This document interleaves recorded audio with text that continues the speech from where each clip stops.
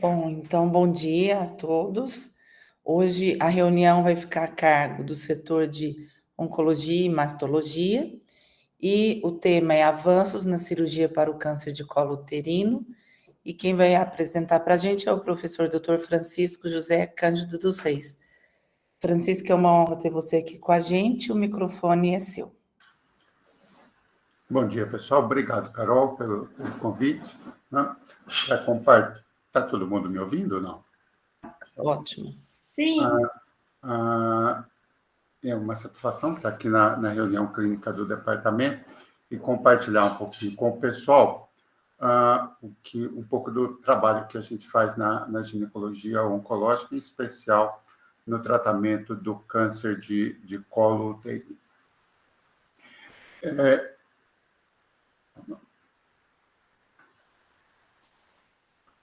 O câncer de colo uterino é uma doença de elevada prevalência no nosso meio. São diagnosticados mais de 16 mil casos dessa doença de tumores invasivos do colo do útero por ano no Brasil.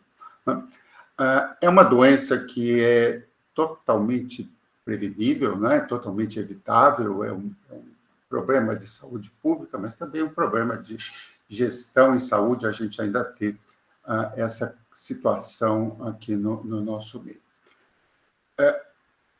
É parte da linha de cuidados, ou a linha de cuidados para essa doença envolve desde a prevenção primária, né, que é a vacinação contra o HPV, prevenção secundária com o rastreamento por citologia e por teste do HPV, mas, infelizmente, em nosso meio, as duas estratégias ainda são muito falhas. Então, ainda há um papel importante para a atenção terciária, que é o que nós fazemos aqui no hospital, aqui no nosso setor. E entre as ações da atenção terciária, a cirurgia ainda representa um papel importante na atenção a esses pacientes. Idealmente, a gente não teria essa doença, né? Ou teria essa doença tratada antes do desenvolvimento do tumor invasor, mas ainda por muitos e muitos anos, acredito que por essa geração e pela próxima geração, ainda precisaremos disponibilizar para essas pessoas a atenção terciária, com cirurgia, radioterapia, quimioterapia e, eventualmente, cuidados paliativos. Uma das questões relevantes em relação a essa doença é que, com a intensificação do rastreamento e com a melhora do rastreamento, em especial com a introdução de métodos como o teste do HPV, a tendência é que pessoas sejam diagnosticadas, mesmo com tumor invasor, em estádios mais iniciais. Então, espera-se para os próximos anos um papel um pouco mais destacado para a cirurgia, uma vez que hoje, para os tumores invasores, predomina a quimiorradiação em função do estadiamento avançado em que esses pacientes são diagnosticados. Mas espera-se que, pelo menos por um período, a cirurgia venha a desempenhar um papel um pouco mais relevante do que desempenha agora, mas ainda é algo bastante importante. Bom, a cirurgia, agora vamos falar especificamente sobre a cirurgia. A cirurgia ela tem papel nos tumores estágio 1, né? Que são aqueles tumores restritos ao colo do útero, desde os tumores microscópicos, né? O estágio 1A, a um grupo de tumores macroscópicos menores do que 4 centímetros, aí até o tumor 1B2, que são os tumores macroscópicos. A partir do tumor 1B3, e os estágios 2, 3 e 4, a cirurgia não tem um papel relevante. São casos que são caminhados para quimiorradiação. Mas até tumores com 2 centímetros, ou menores do que 4 centímetros, a cirurgia pode ter um papel relevante, que a gente vai discutir um pouco melhor agora. Do ponto de vista de evolução do tratamento cirúrgico do câncer de colo do útero, né, é algo recente na história da humanidade, mas para a medicina é algo já com um tempo importante. O primeiro tratamento cirúrgico para o câncer de colo do útero foi divulgado aí, né, em 1880, uma esterectomia vaginal estendida. Até essa data, tá, não existia tratamento nenhum para câncer de colo do útero. tá certo? Porque não existia radioterapia, não existia quimioterapia, então as pessoas simplesmente morriam dessa doença. Então, a cirurgia foi o primeiro tipo de tratamento proposto para o câncer de colo do útero. Então, na década de 1880, né, já mais de 150, 140 anos, né, foi introduzida a cirurgia para o tratamento dessa doença. Começou pela esterectomia vaginal estendida, logo a seguir a esterectomia abdominal radical, né, proposta por Wertheim. Depois de um longo período, quase 100 anos, tá, começaram a vir algumas inovações, como a esterectomia radical laparoscópica da década de 90, né? As cirurgias conservadoras da fertilidade, as traqueotomias vaginal e abdominal, no início dos anos 2000, e a partir de 2005, a gente começa a ver alguns estudos a respeito de desescalar a cirurgia, fazer cirurgias menores com a mesma efetividade. A gente vai discutir um pouco sobre isso no decorrer da aula. Além do procedimento no útero em si, tá, existe a questão da avaliação de linfonodos, né? Lá no começo da era da cirurgia para o câncer de colo do útero, o que se era previsto, ou o que se fazia, era a remoção de linfonodos suspeitos durante a cirurgia. Então, o cirurgião ali operando a paciente encontrava um linfonodo suspeito, ele removia. A partir de 1950, foi proposto por outro cirurgião, né, Meigs, a remoção de linfonodos pélvicos bilateralmente, independente de se estar comprometido ou não. E isso permaneceu assim até o início dos anos 2000, quando surgiram os primeiros relatos da utilização da técnica do linfonodo sentinela, que se tornou um algoritmo a partir de 2010, como a gente vai discutir. Então, historicamente, a cirurgia para o câncer de colo do útero pode ser dividida em procedimento realizado sobre o útero em si, tá? E sobre os linfonodos. Então, nós podemos ter combinações diversas entre tipos de cirurgia uterina e tipos de cirurgia linfonodal.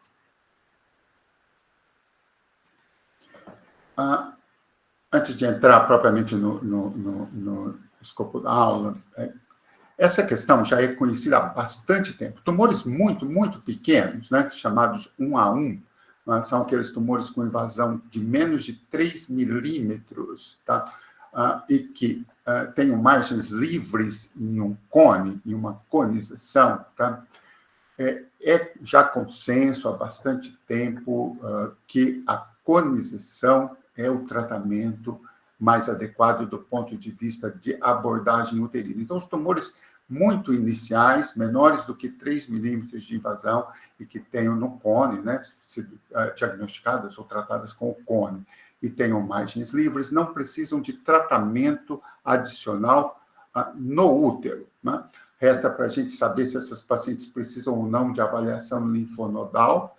Aqueles casos em que no tumor não se observa invasão linfovascular, no anátomo patológico, isso é o estudo anátomo patológico, não há necessidade de avaliação linfonodal. Aqueles que têm invasão de linfovascular na peça do colo, discute-se aí a possibilidade de avaliação linfonodal. Vamos discutir com mais detalhe isso. Então, esse grupo, que é um grupo, logo depois do CA in situ, né, ele é já tratado há um tempo grande, isso já faz parte de todos os guidelines, com conização, com sem a avaliação de linfonodos. Os demais, a conização, só aqui lembrando, ela pode ser feita com bisturi a frio, no centro cirúrgico, com anestesia, e pode ser feita com a cirurgia de alta frequência, né? Nesses casos de tumor 1 a 1, a maioria dos casos hoje é tratado com cirurgia de alta frequência, tá? E desde que você tenha aí as margens livres, esse procedimento é considerado adequado. Então, se a paciente chega para a gente no ambulatório, ela foi submetida a um CAF e vem lá um tumor 1 a 1 com margens livres, a gente não refaz a conização com bisturi. Aquele tratamento é o tratamento adequado e é o que é feito na maior parte dos serviços no mundo. Bom, para todos os outros casos de tratamento cirúrgico, ou seja, até do 1 a 2 até um B2, tá? Parando no 1B3, o que se faz, ou o que se fez no mundo até há pouco tempo, é o tratamento radical, que a gente chama a esterectomia radical. A esterectomia radical, ela pode ser dividida em 3 grupos, né? A esterectomia tipo C, ou estendida, que nós temos aqui na primeira figura, a extensão que ela pega, então ela remove todo o colo do útero, obviamente, todo o paramétrio, o ligamento cardinal, os ligamentos vésico-uterino, parte do ligamento uterosacro, tá? É uma cirurgia ampla, e o terço superior da vagina, como demonstrado aqui nessa figura. Essa é a chamada esterectomia radical, que é a mesma técnica proposta por Wertheim lá no ano de 1888, acrescida da linfadenectomia pélvica sistemática proposta por Meigs em 1950. Então, essa é a cirurgia tradicional padrão para o câncer de colo do útero.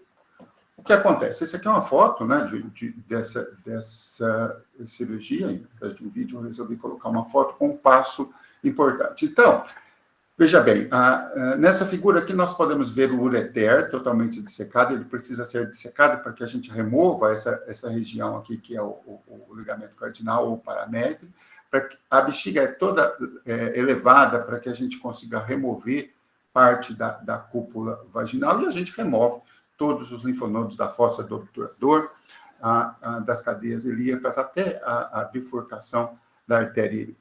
É um procedimento que dura cerca de 4 horas. Como vocês podem ver, um procedimento com grande potencial de morbidade. Tá?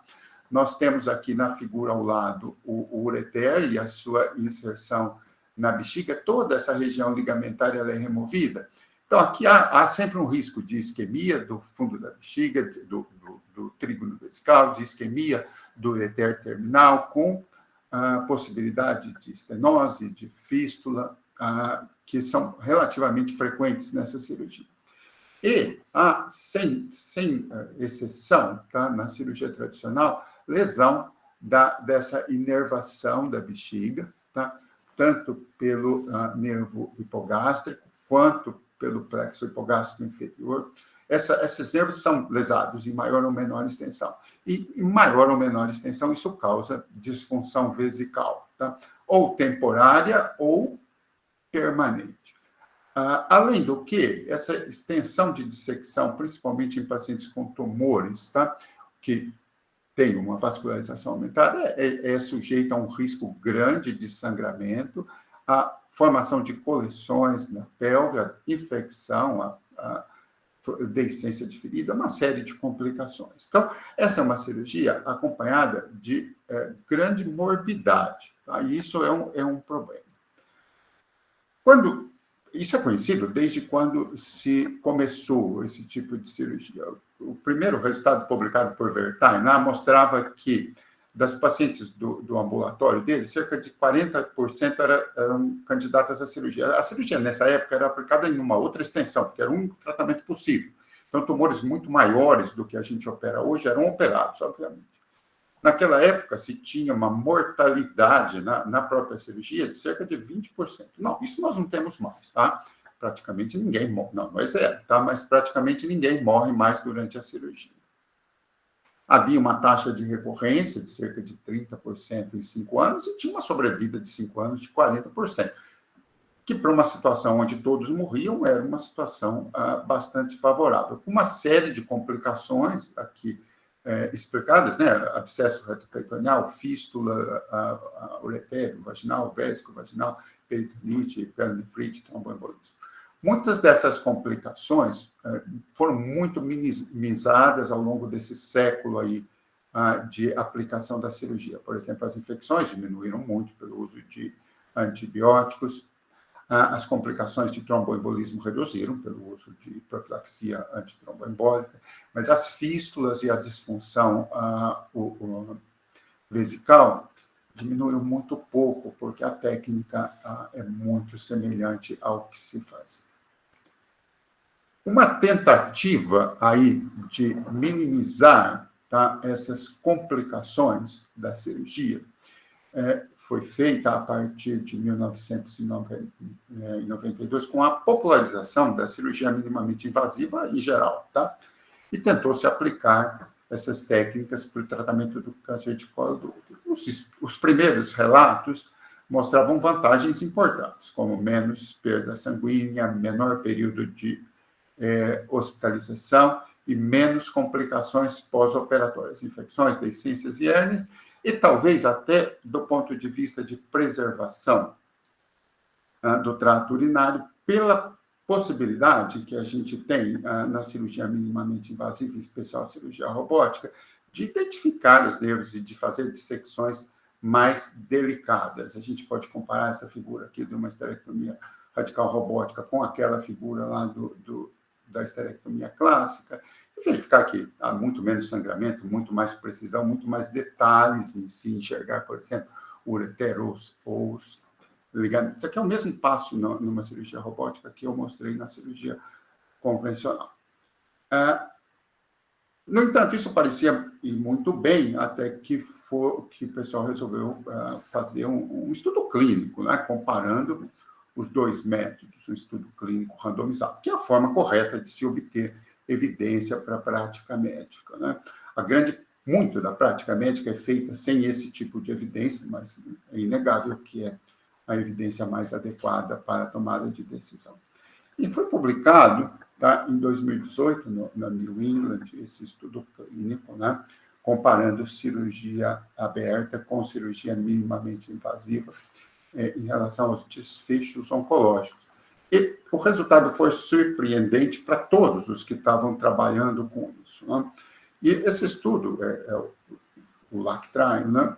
É um estudo clássico, e ele mostrou que a cirurgia minimamente invasiva, tá, estava associada a um risco aumentado, né, uma hazard ratio aqui de 4,26 de recorrência, tá, do tumor tratado cirurgicamente, né, no câncer de colo do útero.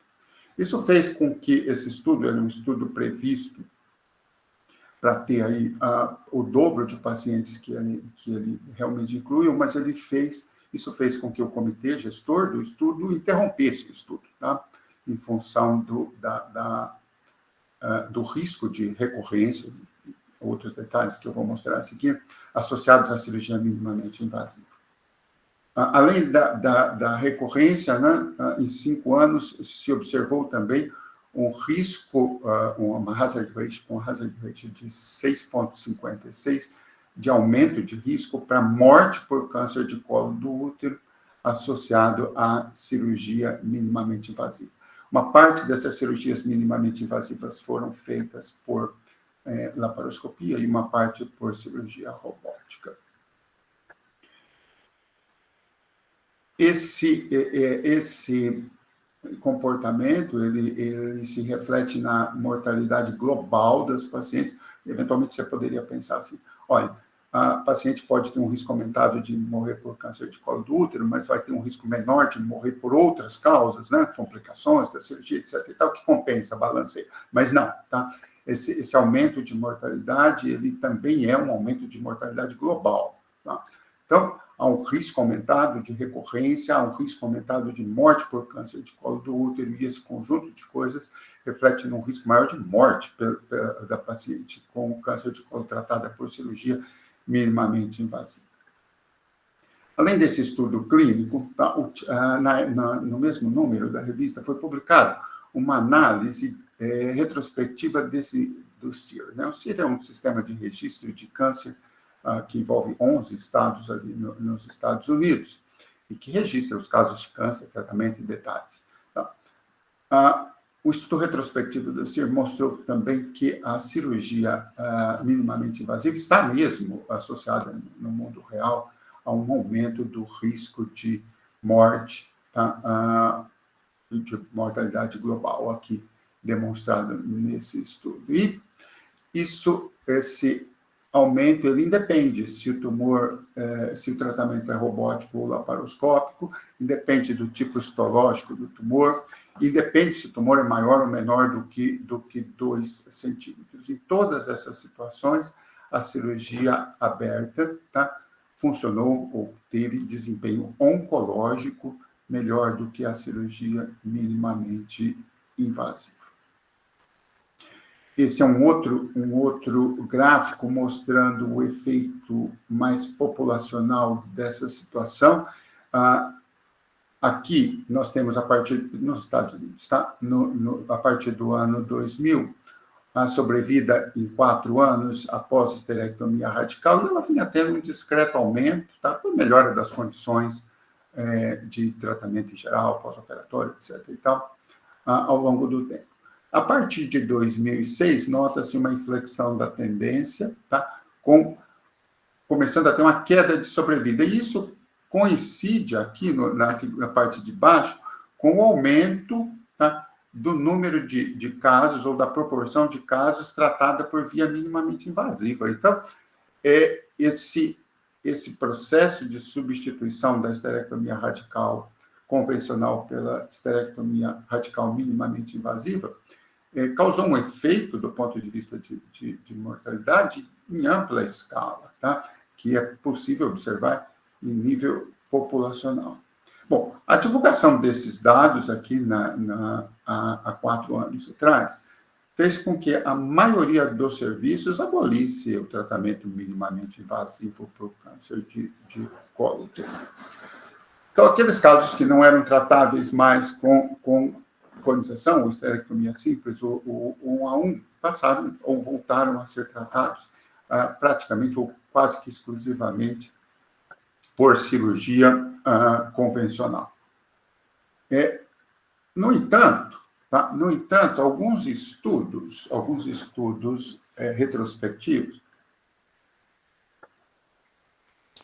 mostravam que existem alguns tumores nesse grupo, que é tratado com cirurgia radical, que eventualmente tem um prognóstico muito melhor e uma taxa de recorrência muito menor e, eventualmente, poderiam ser tratados de forma menos agressiva. Eram dados retrospectivos. Isso levou esse grupo do MD Anderson a desenvolver esse estudo chamado CONSERVE, que incluiu pacientes com estádios 1A2 a 1B1, aquele grupo que era tratado por cirurgia radical, com subtipo histológico escamoso ou adeno-escamoso, tá?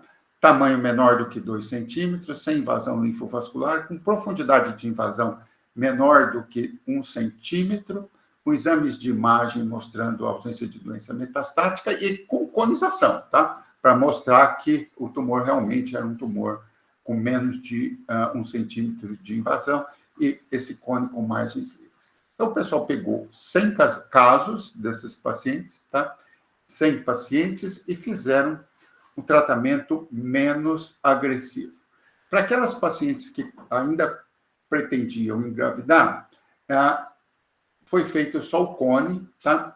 Com avaliação linfonodal, tá? Com avaliação linfonodal, preservação da fertilidade. Foram 44 casos.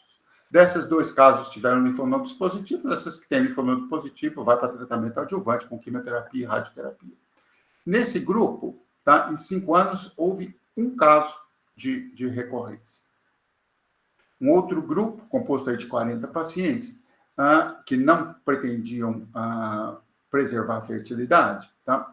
Foi feito o cone, né? E foi feita uma esterectomia simples, não esterectomia radical, mais avaliação linfonodal. 3 tiveram linfonodo positivo, apenas 1 tinha tumor residual na esterectomia, e nesse grupo aqui, além essa que tinha tumor residual e os 3 linfonodos positivos, foram para quimiorradiação. Do outro grupo, das outras 36, ninguém teve recorrência. Né? E incluíram um outro grupo de pacientes, tá, que não é incomum a gente receber. São pacientes chamadas de esterectomia inadvertida. Paciente que faz uma esterectomia, por exemplo, por um mioma, tá? E, ou por não avaliar o colo, ou por a avaliação não detectar nenhuma doença, vem na peça cirúrgica um tumor invasor do colo uterino. Esses pacientes são um problema para a gente tratar no ambulatório, mas eles incluíram 16 pacientes dessas aqui que tinham aquelas características: tumor menor do que 2 centímetros, com menos de 1 centímetro de invasão, sem embolização angiolinfática e sem sinal de metástase à distância. Essas pacientes foram submetidas à avaliação linfonodal, ninguém teve linfonodo positivo e 2 de 16 tiveram a recorrência em 5 anos. Essa taxa de recorrência, esse estudo não é um estudo que comparou com esterectomia radical, ele é de braço único. Esse tipo de estudo também pode ser feito desde que você estabeleça os limites de confiança que você determina. Esse estudo, essa taxa de recorrências é igual à taxa de recorrência que a gente tem quando a gente trata esses pacientes com esterectomia radical. Então, a partir desse estudo aqui, publicado em 2021, a maioria dos guidelines tem adotado a proposta de pacientes com esses critérios, tá? Com esses critérios que eu mostrei, vou repetir logo a seguir. A esterectomia simples, com avaliação linfonodal, seria suficiente para o tratamento. A gente poderia abrir mão da esterectomia radical com a ressecção da cúpula vaginal e dos paramétros, o que diminuiria muito, muito a morbidade, tanto a morbidade urológica quanto a morbidade intraoperatória. Na esteira desse estudo, foi divulgado agora no Congresso da ASCO os resultados de um outro estudo, que é o chamado estudo SHAPE, que é conduzido, é um estudo que é desenvolvido em 12 países, é liderado por um grupo canadense. Esse estudo pegou pacientes do mesmo grupo de estadio 1A2, estadio 1B1, tá? Com o mesmo tipo histológico, com a mesma extensão de invasão estromal, de 1 centímetro no máximo de invasão no cone ou no CAF, tá? Incluiu também um outro grupo de pacientes não submetidas a cone, mas que no exame de imagem, na ressonância, mostrava um tumor menor do que 2 centímetros, mas com invasão estromal menor do que 50% do estroma, né? E sempre tumores menores do que 2 centímetros, que é o delimitador aí do estadio 1B1. Esse estudo, ele randomizou essas pacientes, tá, para esterectomia simples ou esterectomia radical. Todo mundo fez avaliação linfonodal, tanto na esterectomia simples quanto na esterectomia radical. Esse primeiro quadro aqui mostra, esse estudo ainda não é publicado, tá? É apresentado no evento. Esse primeiro quadro, ele mostra que, em termos de tratamento complementar, pessoas que precisaram de tratamento adjuvante, não houve diferença estatisticamente significante entre mulheres submetidas a esterectomia simples ou esterectomia radical. Do ponto de vista de recorrências, embora tenha uma diferença numérica, tá? Uma diferença numérica, esses dados não mostram inferioridade da esterectomia. Esse é um estudo de não inferioridade. Não mostra inferioridade da esterectomia simples em relação à esterectomia radical em termos de recorrências do câncer de colo do útero para esse grupo específico de pacientes. Assim, esse é uma outra forma de discutir aquela recorrência, mostrando que realmente as curvas de recorrência são bastante superponíveis quando se compara a esterectomia simples e esterectomia radical. Nesse estudo, deixa eu voltar mais um pouquinho. Nesse estudo, não se tem avaliação de sobrevida ainda, mas pelo tipo de padrão de recorrência ou de intervalo livre de progressão, imagina-se que não há diferença de sobrevida entre as duas técnicas. Então, baseado tanto no estudo CONSERVE, que é um estudo de braço único, quanto no estudo SHAPE, que é um estudo clínico randomizado, tá? Esse grupo de pacientes com tumor 1A2 a 1B1, considerados de baixo risco, pode ser tratado adequadamente com esterectomia simples, ao invés da esterectomia radical. reduzindo-se muito em termos de morbidade das pacientes, de risco de complicações de longo prazo, tá? De tempo de internação, uma série de vantagens, sem alteração ou sem prejuízo do ponto de vista de desfecho oncológico. A outra questão em relação ao tratamento do câncer de colo do útero diz respeito à avaliação de linfonodos. Como eu comentei, lá no início, né, dos anos 1900, eram removidos apenas linfonodos tidos como suspeitos durante a cirurgia. A partir de 1950, passou-se a fazer linfadenectomia sistemática. A linfadenectomia sistemática, embora seja uma cirurgia aparentemente bonita ali de se fazer, tá? Ela traz uma série de morbidades, né? Linfocele, linfedema de perna, embora isso seja pouco discutido ou pouco avaliado aí na literatura, mas isso é uma morbidade importante para as pacientes. Então, além do que, aumento de risco de lesão vascular intraoperatória, aumento de risco de infecção, uma série de morbidades. Bom, a partir dos anos 2000, então, surgiu essa discussão a respeito do linfonodo sentinela, em paralelo ao que se faz na mama. As primeiras avaliações foram feitas utilizando-se um corante chamado azul de toludina, desculpe. Esse corante, ele é injetado, tá, no colo uterino, preferencialmente às 6 horas preferencialmente às 3 e às 9 horas, mas pode ser injetado também em 4 quadrantes, ou dependendo de como da disposição do tumor, pode ser injetado em outros locais do colo uterino. O corante, ele precisa ser injetado profundamente no estroma, 1 centímetro, e superficialmente, bem superficialmente. Em geral, a gente injeta 2 ml de cada lado, um total de 4 ml. Passado um período de 15 a 20 minutos, a gente pode identificar, tá, com precisão o trajeto do duto linfático, captando o corante lá no colo uterino e levando até o primeiro linfonodo, tá, localizado em algum lugar das cadeias pélvicas, ou eventualmente até periaórtica, mas a maioria das vezes na cadeia pélvica. Aqui, entre as duas artérias ilíacas, a gente nota o linfonodo. Então, esse linfonodo é removido e enviado para patologia. A diferença desse tipo de abordagem para o linfonodo sentinela na mama é que a gente não faz congelação do linfonodo. Por quê? Porque a paciente tendo um linfonodo positivo, ela vai ser submetida depois à radioterapia. Então, esse linfonodo é mandado para avaliação por parafina, né?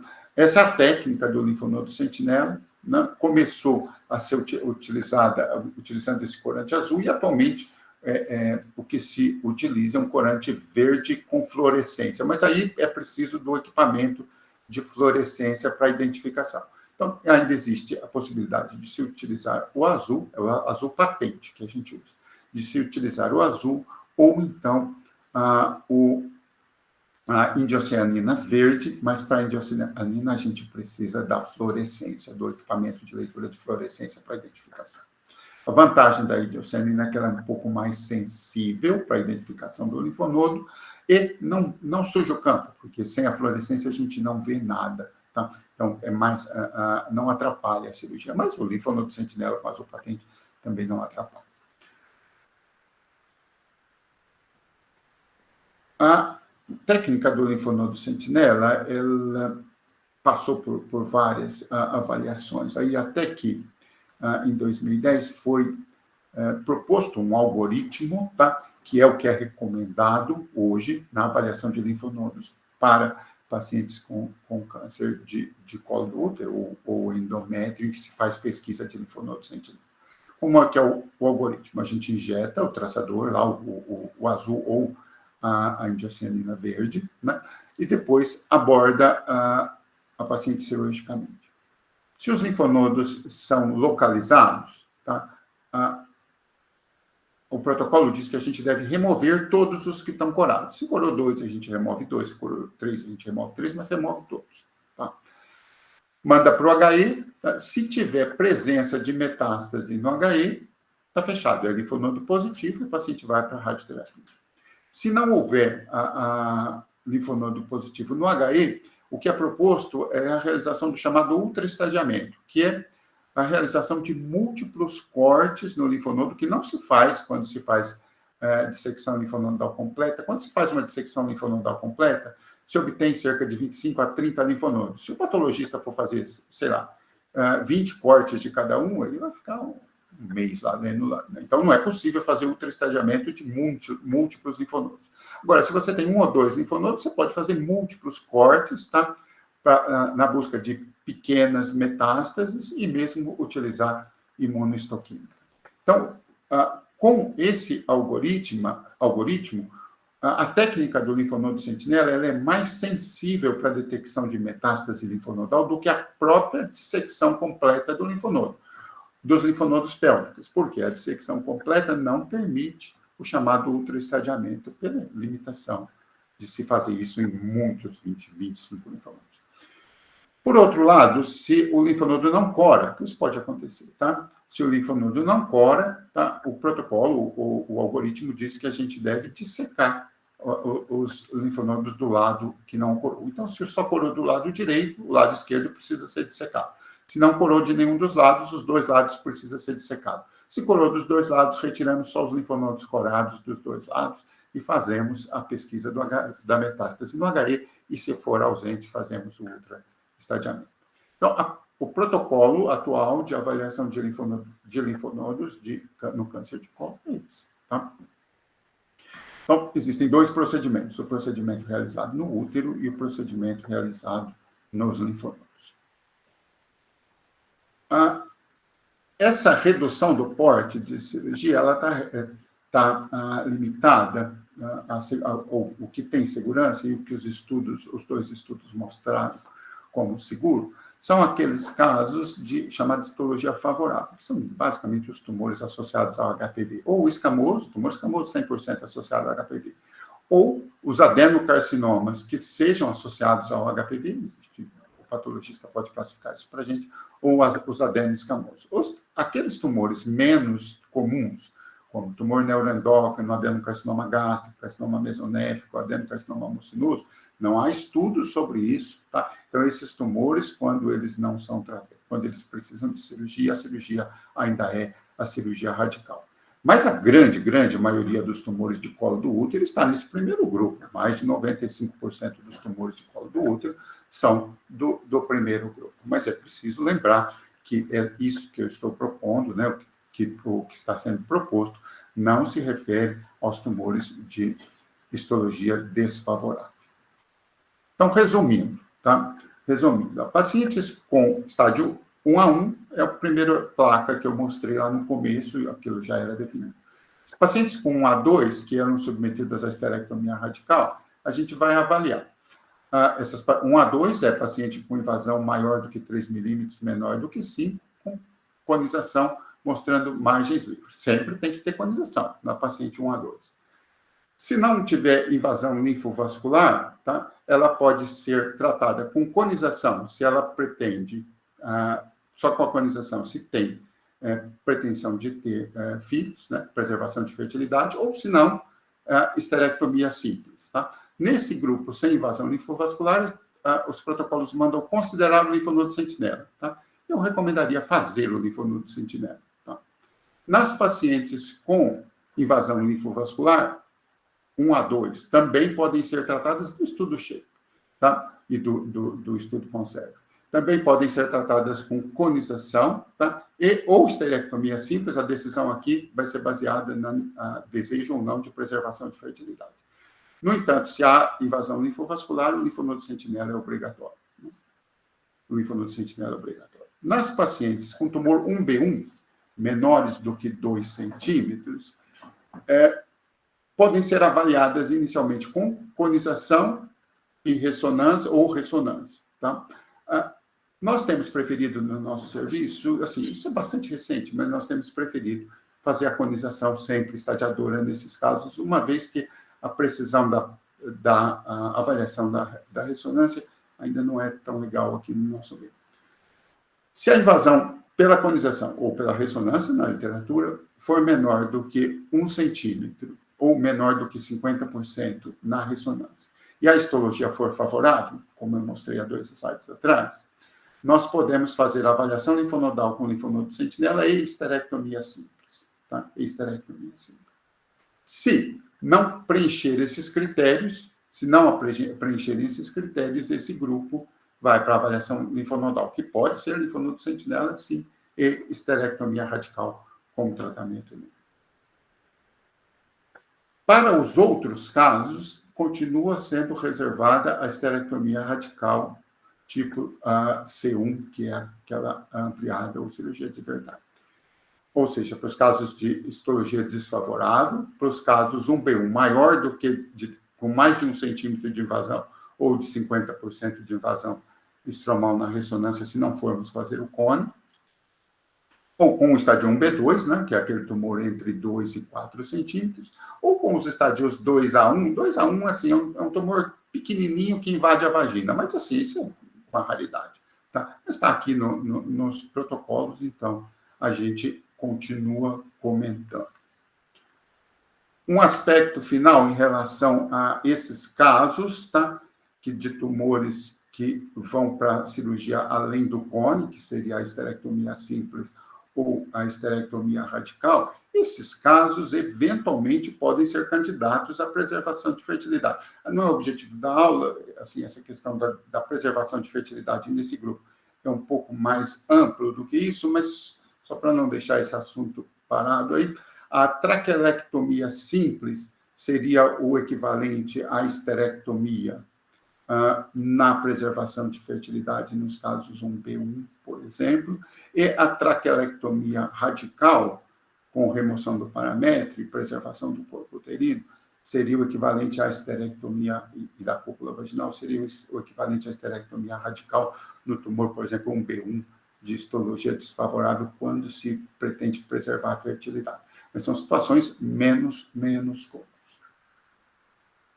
O que nós vemos, então, como conclusão da apresentação, é que a cirurgia continua tendo um papel fundamental no tratamento do câncer de colo uterino, e isso tende a ganhar até um pouco mais de projeção nos próximos anos, por um tempo limitado aí na evolução do tratamento dessa doença, que a cirurgia, ao diminuir o tamanho ou porte da cirurgia, é bastante viável num grupo selecionado de pacientes, que tende a aumentar com o aumento da cobertura do rastreamento, tá?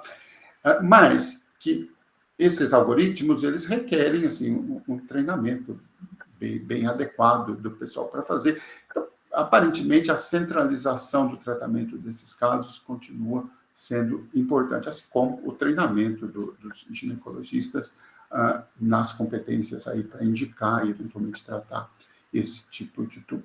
Bom, esses eram os aspectos mais importantes e recentes relacionados à cirurgia do câncer de colo do útero que eu queria comentar com vocês. Muito obrigado a todos pela atenção.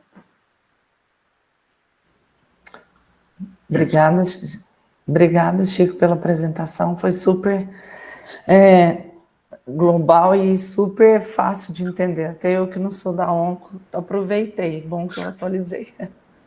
Bom, tem 2 pessoas com a mão levantada. Vou passar primeiro para o professor